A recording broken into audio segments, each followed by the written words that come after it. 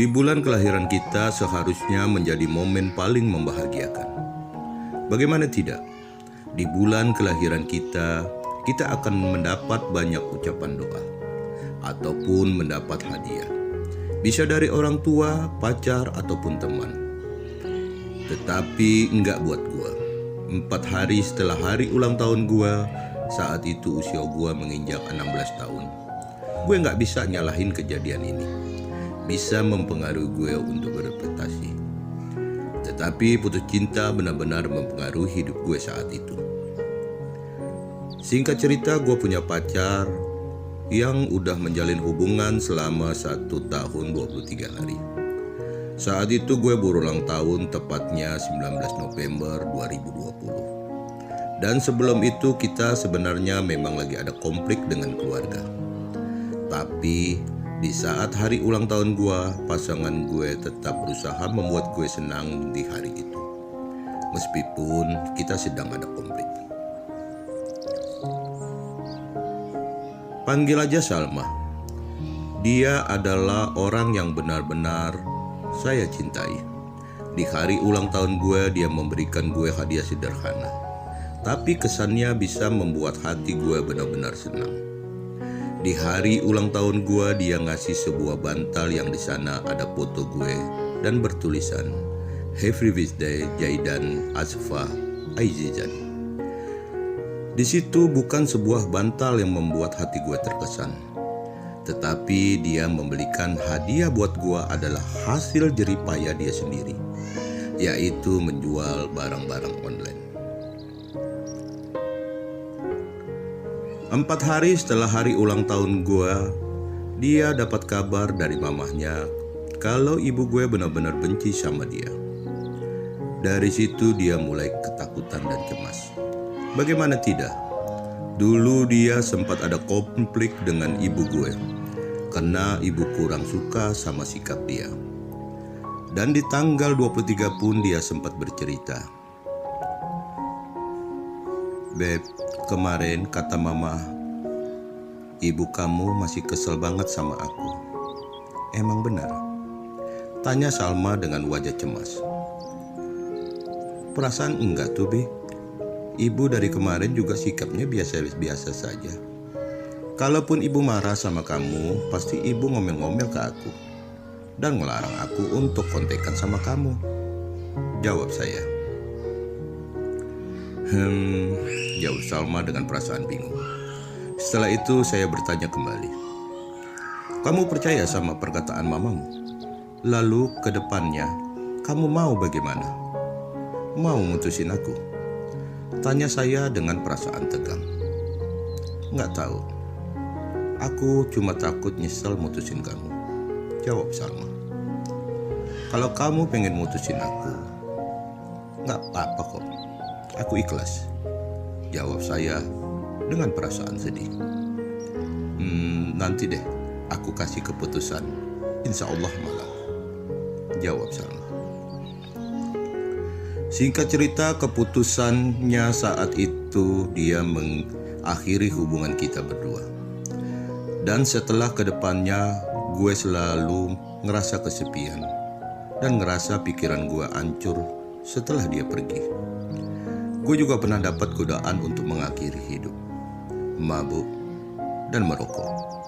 Karena gue ngerasa stres setelah kepergian pacar gue itu. Tapi gue berhasil ngelewati godaan itu semua. Wajar sih, bayangin aja ketika udah sangat banget dan cinta banget sama seseorang dan berakhir dengan sia-sia, itu rasanya sakit banget.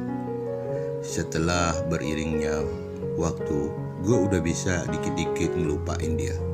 Bukan berarti move on-nya, tapi hanya mencoba fokus dengan tujuan hidup gue sendiri, yaitu ingin menjadi orang sukses. Gue pun setiap waktu luang sering buka sosmed, ya mencari informasi tentang perlombaan gitu. Ya hitung-hitung biar gue punya kesibukan lah, supaya tidak memikirkan mantan terus. Dan setelah putus itu gue baru sadar, dari kemarin gue kemana aja sih. Jujur ya, Dulu gue tuh orangnya bucin banget. Sampai semua hal tuh kayaknya gak penting banget buat gue. Dan setelah putus gue coba bangkit. Yang dulu pelajarannya yang sebenarnya gampang, tapi gue gak bisa. Atau gue gak paham-paham. Tapi setelah gue putus sama pacar gue tuh belajar kayak lebih fokus aja gitu. Dan gue di situ langsung punya pikiran pengen gitu banyak prestasi gue. Dan kebetulan saat itu di sekolah gue ada perlombaan membuat video pembelajaran yang hadiahnya tuh sampai 14 juta. Tapi itu dibagi untuk 3 pemenang ya. Dan di situ gue mulai mengumpulkan teman-teman gue buat ikutan lomba. Dan setelah daftar tuh ternyata ada pemilihan 3 tim juga. Yang menurut panitia itu bagus. Nah, itu yang akan mengikuti lomba. Dan alhamdulillah di kelas gue itu ada 3 tim yang setiap tim beranggotakan 3 orang. Dan alhamdulillah tim gue yang lolos. Singkat cerita, alhamdulillah tim gue berhasil menang. Dapat juara 2 dan mendapatkan uang tunai sebesar 7 juta. Gue dan rekan-rekan tim gue nggak nyangka juga sebenarnya bisa menang ya. Dari situ gue belajar mendapatkan prestasi, bukan hanya pasangan yang bisa memotivasi, tapi teman-teman dan orang tualah motivasi dari segala hal. Ya, pesan gue sih gini, jangan terlalu berharap lebih dari pasangan kita yang belum tentu juga jodoh kita. Karena ketika pasangan kita sayangi dan kita cintai pergi begitu aja, gue jamin kalau lu nggak kuat nahan sakitnya, lu bakal berbuat hal nekat, ya seperti bunuh diri atau membunuh. Segitu aja cerita dari gue tentang perjalanan cinta gue. Buat yang habis patah hati tetap semangat ya. Apalagi untuk yang masih muda, perjalanan masih panjang bro.